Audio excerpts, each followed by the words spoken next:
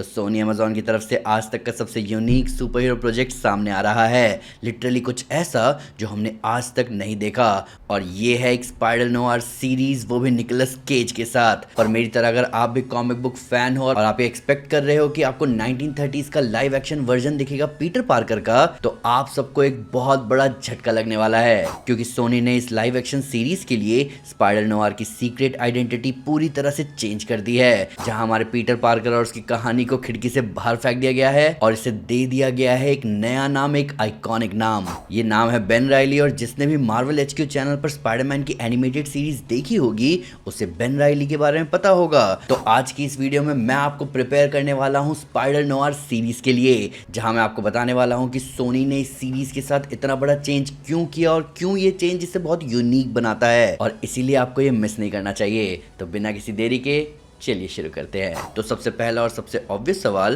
कि spider Noire कौन है। तो इससे पहले कि हम ये समझ पाए कि ये नया शो कितने रेडिकल चेंजेस के साथ आ रहा है, हमें ये समझना जरूरी है कि इस कैरेक्टर का सोर्स मटेरियल क्या कहता है इसके बारे में। तो मार्वल कॉमिक्स में स्पाइडरमैन नोयर 2009 में इंट्रोड्यूस हुआ था अपने नोयर यूनिवर्स के साथ, और ये था अर्थ 90214, जहां कॉमिक्स में एक ट्रेंच कोट और फेडोरा आउटफिट के अंदर था अपना पीटर पार्कर। पर इस यूनिवर्स का पीटर पार्कर आपका फ्रेंडली नेबरहुड स्पाइडरमैन नहीं था, बल्कि ये पीटर पार्कर बड़ा हुआ था 1930s के न्यूयॉर्क में, जब अमेरिका में ग्रेट डिप्रेशन अपने पीक पर था, जिसकी वजह से न्यूयॉर्क क्राइम और करप्शन से भरा पड़ा था। सारे सिस्टम ऊपर से लेकर नीचे तक करप्ट थे और शहर पर बेरहम मॉबस्टर्स का कब्जा था। जहां इस यूनिवर्स में अंकल बेन को वल्चर ने मारा था, और बात सिर्फ मारने तक नहीं थी, वल्चर अंकल बेन को खा गया था। यहाँ वल्चर गॉब्लिन मॉब बॉस के लिए काम करता था।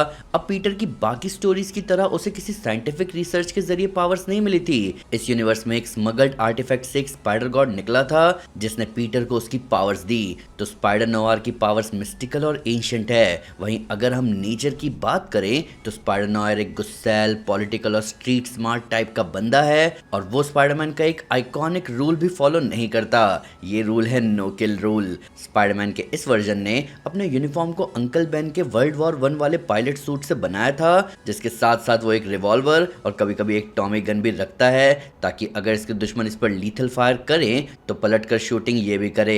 तो अभी तक तो आप समझ गए होंगे कि स्पाइडर नोवार अपने एनिमीज को मारने से बिल्कुल नहीं कतराता। तो ये तो है हमारा कॉमिक वाला स्पाइडर नोवार, पर इसका बेन राइली से क्या लेना देना हो सकता है, तो आओ अब उस पर नजर डालते हैं। अब आते हैं द बेन राइली ट्विस्ट पर। तो कॉमिक्स में तो पीटर पार्कर ही स्पाइडर नोवार है, तो फिर निकोलस केज किसी बेन राइली के कैरेक्टर को क्यों प्ले कर रहे हैं। तो कॉमिक बुक फैंस और एनिमेटेड सीरीज के फैंस जानते हैं कि बेन राइली एक्चुअली में पीटर पार्कर का एक क्लोन था, जो कि कॉमिक्स में 90s के आइकॉनिक क्लोन सागा के टाइम पर सामने आया था। अब यही वो कैरेक्टर है जिसने आगे जाकर स्कारलेट स्पाइडर का मैंटल अपनाया, और ऑनेस्टली कॉमिक्स में बेन राइली कभी भी स्पाइडर नोवार नहीं था। तो आप इस क्लोन सागा और इस मल्टीवर्सल कनेक्शन को उठाकर तो फेंक ही दो, क्योंकि शो रनर्स ऑरेन ओजील और स्टीव लाइटफुट ने एक्सप्लिसिटली ये मेंशन किया है कि इस शो की कहानी एक completely separate stand alone universe की कहानी है, और इस यूनिवर्स में पीटर पार्कर या और भी दूसरे वेब स्लिंगर्स फिलहाल तो एग्जिस्ट नहीं करते, और यहाँ बेन राइली ही फिलहाल एकमात्र स्पाइडर हीरो है, और वो 1930s में एग्जिस्ट करता है। तो फिर ये नाम और इतने चेंजेस करे ही क्यों गए, जबकि सोनी के पास स्पाइडरमैन नोवार पहले से था, जिसे हमने स्पाइडरमैन इनटू द स्पाइडरवर्स में भी देखा था।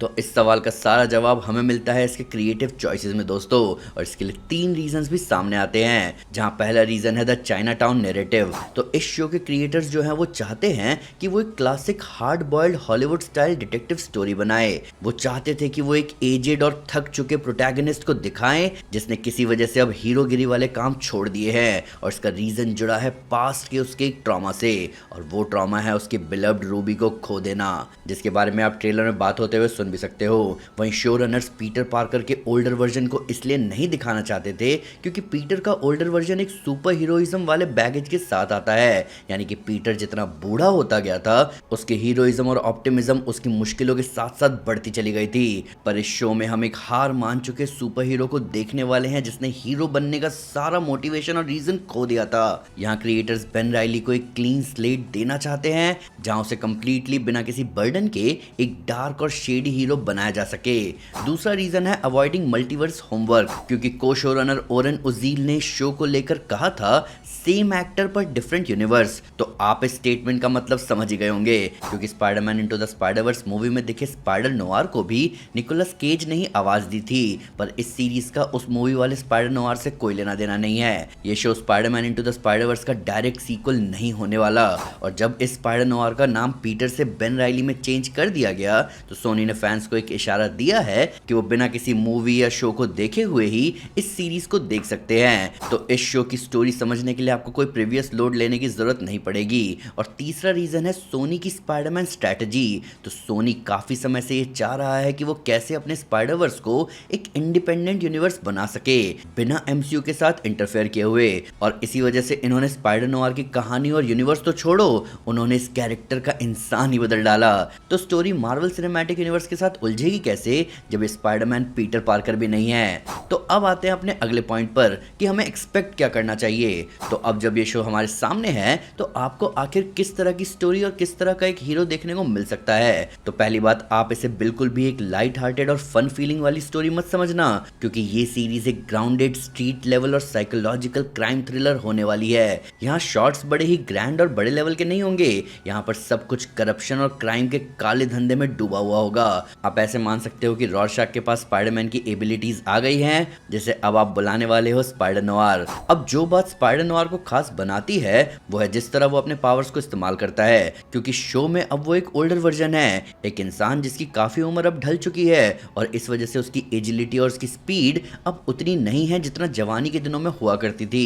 वो उस तरह से अपनी ड्यूरेबिलिटी पर भी रिलाई नहीं कर सकता, इसीलिए वो अपने ट्रेंच कोट के अंदर एक केवलार का आर्मर पहनता है ताकि ब्लंट फोर्स को वो झेल पाए। उसकी वेबिंग प्योरली ऑर्गेनिक है जो कि उसके रिस्ट से निकलती है, और इंटरेस्टिंगली स्पाइडर नोआर के वेब्स ब्लैक कलर के होते हैं, और क्योंकि स्पाइडर नोआर पहले जितना एजाइल नहीं है इस वजह से वो क्लोज क्वार्टर में बहुत हेवीली बॉक्सिंग जैसे मार्शल आर्ट्स पर डिपेंड करेगा, और मौका पड़ते ही वो अपनी बंदूक तानने से कतराएगा नहीं। पर इस बूढ़े स्पाइडर नोआर की खासियत उसकी पावर्स नहीं है बल्कि उसके डिटेक्टिव स्किल्स हैं। ये Spiderman classic detective style investigation carry out करता हुआ हमें दिखेगा, साथ ही वो अपने स्पाइडरमैन वाली एबिलिटीज को इस्तेमाल करता है अपने इन्वेस्टिगेशन को कैरी आउट करने के लिए, जैसे कि स्पाइडर सेंस का इस्तेमाल करना ये चेक करने के लिए कि सामने वाला इंसान सच बोल रहा है या झूठ। तो आप स्पाइडर नोआर को बैटमैन मान सकते हो बस कुछ कूल पावर्स के साथ। वहीं ये स्टोरी एक गजब के क्रिएटिव टच के साथ सामने आ रही है, जहां आपको सारे क्लासिक स्पाइडरमैन विलन्स दिखने वाले हैं, पर वो इस बार सुपर विलन्स नहीं होंगे, वो होंगे माफिया बॉसेस, एक ऐसे सिंडिकेट को रन करते हुए जो कि न्यूयॉर्क पर अपना कब्जा बनाए रखना चाहते हैं, और वो मार डालना चाहते हैं स्पाइडर नोआर को। तो भाई ऑब्वियसली सोनी ने बहुत बड़ा गैम्बल खेला इस बार, उन्होंने अपने उस कैरेक्टर की पूरी आइडेंटिटी चेंज कर दी जिस आइकॉनिक आइडेंटिटी के लिए उसे जाना जाता है। पर कहीं ना कहीं स्पाइडरमैन की आइडेंटिटी ही चेंज कर देना उन्हें एक अपर हैंड दे सकता है एक नई तरह की स्टोरी और एक नए तरह के जेडेड कैरेक्टर को सामने लाने के लिए। पर यह डिसीजन कहीं ना कहीं एक दो धारी तलवार भी साबित हो सकता है। पर मेरी कड़ी नजर यहाँ इस बात पर होगी कि कैसे हीरोइज्म को ब्लेंड किया जाएगा इन्वेस्टिगेशन वाले थीम के साथ, क्योंकि ये कुछ ऐसा है जिनके बीच में बैलेंस बनाना थोड़ा मुश्किल है। एटलीस्ट हाल फिलहाल सिर्फ रॉबर्ट पैटिंसन की द बैटमैन ही ऐसी मूवी थी जो इन दोनों जॉनरा को बैलेंस कर पाई थी, और इसी वजह से वो मूवी इतनी आइकॉनिक बनी। तो अब देखना है कि क्या स्पाइडर नोआर उस लेवल को अटेन कर पाएगा या नहीं। पर फिलहाल आप मुझे बताओ कि आपकी क्या उम्मीदें हैं इस सीरीज को लेकर, क्या आप इसे ब्लैक एंड व्हाइट फॉर्मेट में देखने वाले हैं या कलर फॉर्मेट में। प्लस शो के रोटेन टोमेटो स्कोर फिलहाल तो अच्छे नजर आ रहे हैं, तो क्या ये शो कुछ ग्राउंड ब्रेकिंग दे पाएगा?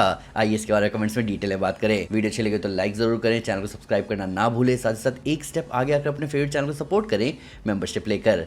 Thank you guys, this is Aman Sinha and you are super super. Piece.